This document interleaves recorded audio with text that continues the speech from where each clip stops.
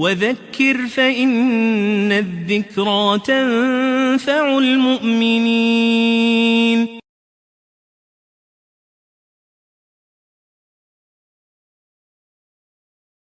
Assalamu alaikum wa rahmatullah wa barakatuh, mes chers frères et sœurs en islam.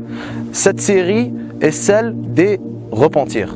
Donc le frère est avec nous aujourd'hui, Inch'Allah. Nous allons lui poser quelques questions, Inch'Allah, qui va nous faire profiter et vous faire profiter afin de savoir quel est son cheminement.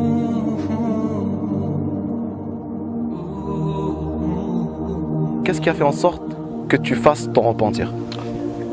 Moi c'est bien simple, c'est l'histoire d'un frère qui s'est converti, qui est venu me chercher. Ce frère-là que je connaissais depuis le secondaire, qui est d'origine dominicaine, je me rappelle encore dans les cours de classe, on débattait sur la religion et tout ça. Et moi j'avais pas d'argument pour essayer de le convaincre que l'islam c'est la bonne religion. Malgré que moi-même je ne pratiquais pas. Quand je suis allé en Algérie, mon pays d'origine,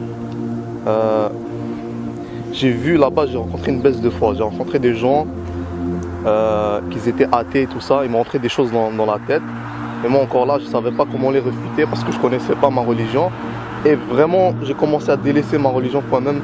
Je disais que je croyais en Dieu seulement. Allah nous pardonne. Amen.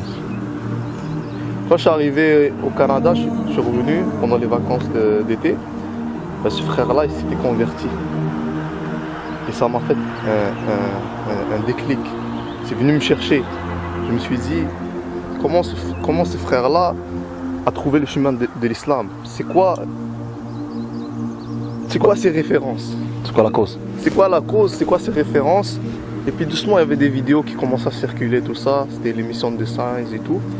Et puis, quand j'ai commencé à regarder ces émissions-là et tout, tranquillement, ça répondait à mes questions. Et le doute commençait à s'estomper. Et c'est ça, doucement, je suis revenu vers Allah. Je commençais à aller vers les mosquées et tout ça. Et alhamdoulilah.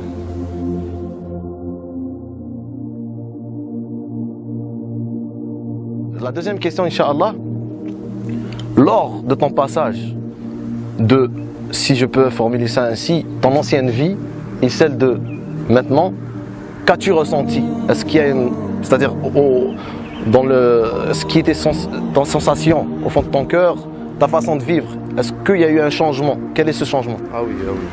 D'abord, c'est une révélation. Quand tu as des ambiguïtés dans la tête et que ça déclique, déjà, moralement, tu sens bien. Et puis, même au niveau spirituel, tu te sens une certaine paix intérieure. Tu commences à aller dans les mosquées et tout ça, et tu vois que, subhanallah, cette vie-là, en fait, tout est éphémère. Ce qui nous attend après, c'est ça la vraie vie. Quand Allah dit dans le Coran, j'ai créé les humains et les djinns que pour qu'ils m'adorent, toute notre vie tourne autour de ça. Subhanallah, c'est ce qu'on parle de l'islam tant qu'une religion de paix. Moi, ce qui est venu me chercher, c'est vraiment cette paix intérieure que j'ai ressentie. La révélation, alhamdoulilah, vraiment comme un nuage, je planais sur un nuage, pour pas exagérer là, alhamdoulilah.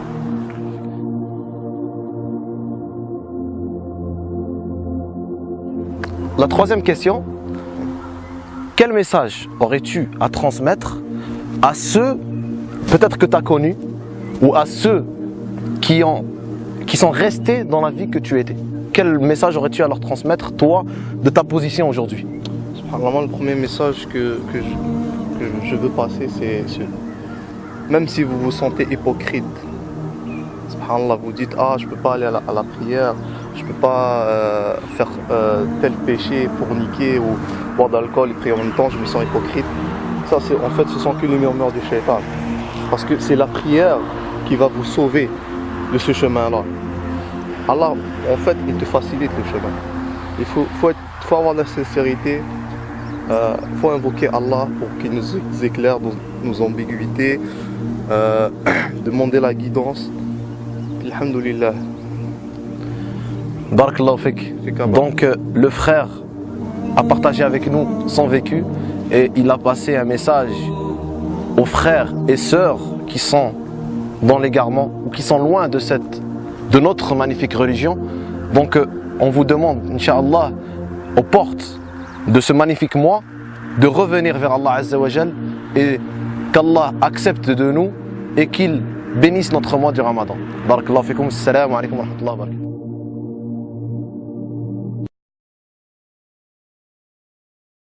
صبرا يا نفسي